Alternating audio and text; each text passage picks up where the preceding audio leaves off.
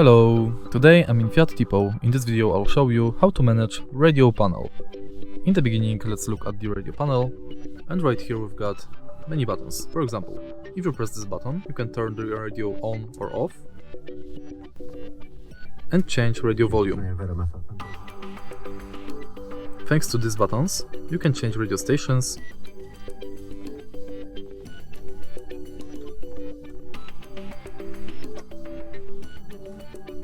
mute radio, select different tracks, go back,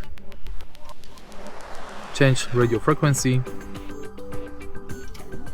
check media,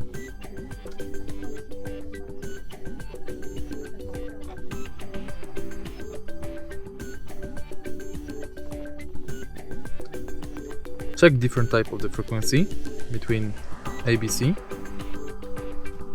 check radio info,